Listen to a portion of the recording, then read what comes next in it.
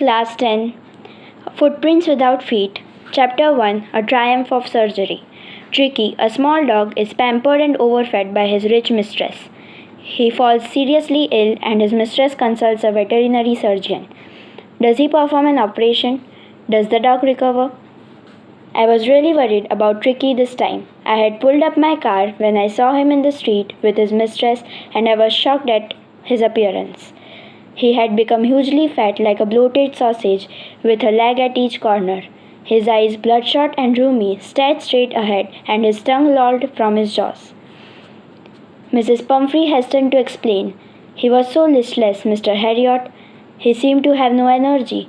I thought he must be suffering from malnutrition, so I have been giving him some little extras between meals to build him up. Some malt and cod liver oil and a bowl of Horlicks at night to make him sleep. Nothing much really. And did you cut down on the sweet things, as I told you? Oh, I did for a bit, but he seemed to be so weak I had to relent. He does love cream cakes and chocolates, so I can't bear to refuse him. I looked down again at the little dog. That was the trouble. Tricky's only fault was greed. He had never been known to refuse food. He would tackle a meal at any hour of the day or night, and I wondered about all the things Mrs. Pumphrey hadn't mentioned. Are you giving him plenty of exercise? Well, he has his little walks with me, as you can see, but Hodgkin, the gardener, has been down with lumbago, so there has been no ring throwing lately. I tried to sound severe. Now I really mean this. If you don't cut his food right down and give him more exercise, he is going to be really ill. You must harden your heart and keep him on a very strict diet. Mrs. Pumphrey wrung her hands. Oh, I will, Mr. Harriot. I am sure you are right, but it is so difficult, so very difficult. She set off, head down along the road, as if determined to put the new regime into practice immediately. I watched their progress with growing concern. Tricky was tottering along in his little tweed coat. He had a whole wardrobe of these coats, for the cold weather and a raincoat for the wet days. He struggled on, drooping in his harness. I thought it wouldn't be long before I heard from Mrs. Pumphrey. The expected call came within a few days. Mrs. Pumphrey was distraught.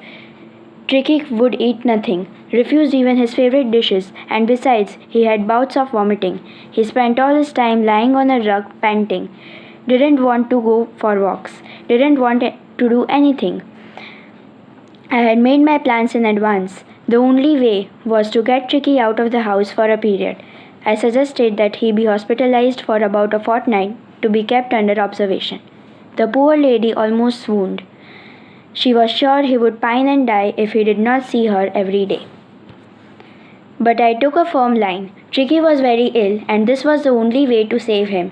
In fact, I thought it best to take him without delay, and followed by Mrs. Pumphrey's wailings, I marched out to the car carrying the little dog wrapped in a blanket. The entire staff was roused, and maids rushed in and out bringing his day bed, his night bed, favorite cushions, toys and rubber rings, breakfast bowl, lunch bowl, supper bowl. Realizing that my car would never hold all the stuff, I started to drive away. As I moved off, Mrs. Pumphrey, with a despairing cry, threw an armful of the little coats through the window. I looked in the mirror before I turned the corner of the drive. Everybody was in tears. Out on the road, I glanced down at the pathetic little animal gasping on the seat by my side. I patted the head, and Tricky made a brave effort to wag his tail. Poor old lad, I said, you haven't a kick in you, but I think I know a cure for you. At the surgery, the household dogs surged round me. Tricky looked down at the noisy pack with dull eyes and, when put down, lay motionless on the carpet. The other dogs, after sniffing round him for a few seconds, decided he was an uninteresting object and ignored him. I made up a bed for him in a warm, loose box next to the one where the other dogs slept. For 2 days I kept an eye on him, giving him no food but plenty of water.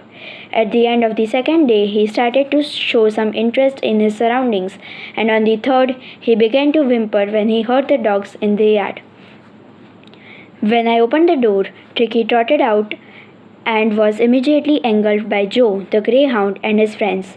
After rolling him over thoroughly inspecting him, the dogs moved off down the garden.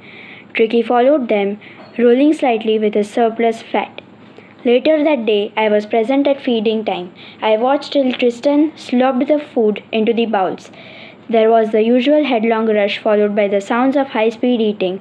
Every dog knew that if he fell behind the others, he was liable to have some competition for the last part of his meal. When they had finished, Tricky took a walk round the shining bowls, licking casually inside one or two of them. Next day, an extra bowl was put out for him, and I was pleased to see him jostling his way towards it. From then on, his progress was rapid. He had no medicinal treatment of any kind, but all day he ran about with the dogs, joining in their friendly scrimmages. He discovered the joys of being bowled over, tramped on, and squashed every few minutes. He became an accepted member of the gang, an unlikely, silky little object among the shaggy crew, fighting like a tiger for his share at mealtimes, and hunting rats in the old henhouse at night. He had never had such a time in his life. All the while, Mrs. Pumphrey hovered anxiously in the background, ringing a dozen times a day for the latest bulletins. I dodged the questions about whether his cushions were being turned regularly or his correct coat worn according to the weather, but I was able to tell her that the little fellow was out of danger and convalescing rapidly. The word convalescing seemed to do something to Mrs. Pumphrey. She started to bring round fresh eggs, 2 dozen at a time, to build up Tricky's strength. For a happy period, my partners and I had 2 eggs each for breakfast, but when the bottles of wine began to arrive, the real possibilities of the situation began to dawn on the household. It was to enrich Tricky's blood. Lunch became a ceremonial occasion with 2 glasses of wine before and several during the meal. We could hardly believe it when the brandy came to put a final edge on Tricky's constitution. For a few nights, the fine spirit was rolled around, inhaled, and reverently drunk. They were days of deep content, starting well with the extra egg in the morning, improved and sustained by the midday wine, and finishing luxuriously round the fire with the brandy. It was a temptation to keep Tricky on as a permanent guest, but I knew Mrs. Pumphrey was suffering and after a fortnight felt compelled to phone and tell her that the little dog had recovered and was awaiting collection. Within minutes, about 30 feet of gleaming black metal drew up outside the surgery. The chauffeur opened the door and I could just make out the figure of Mrs. Pumphrey almost lost in the interior. Her hands were tightly clasped in front of her, her lips trembled. "Oh, Mr. Harriot, do tell me the truth. Is he really better?" "Yes, he's fine. There's no need for you to get out of the car. I'll go and fetch him." I walked through the house into the garden. A mass of dogs was hurtling round and round the lawn, and in their midst, ears flapping, tail waving, was the little golden figure of Tricky. In 2 weeks, he had been transformed into a lithe, hard-muscled animal. He was keeping up well with the pack, stretching out in great bounds, his chest almost brushing the ground. I carried him back along the passage to the front of the house. The chauffeur was still holding the car door open, and when Tricky saw his mistress, he took off from my arms in a tremendous leap and sailed into Mrs.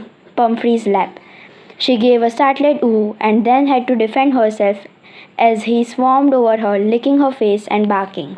During the excitement, I helped the chauffeur to bring out the beds, toys, cushions, coats, and bowls, none of which had been used. As the car moved away, Mrs. Pumphrey leaned out of the window. Tears shone in her eyes. Her lips trembled. "Oh, Mr. Harriot," she cried, "how can I ever thank you? This is a triumph of surgery." James Harriot.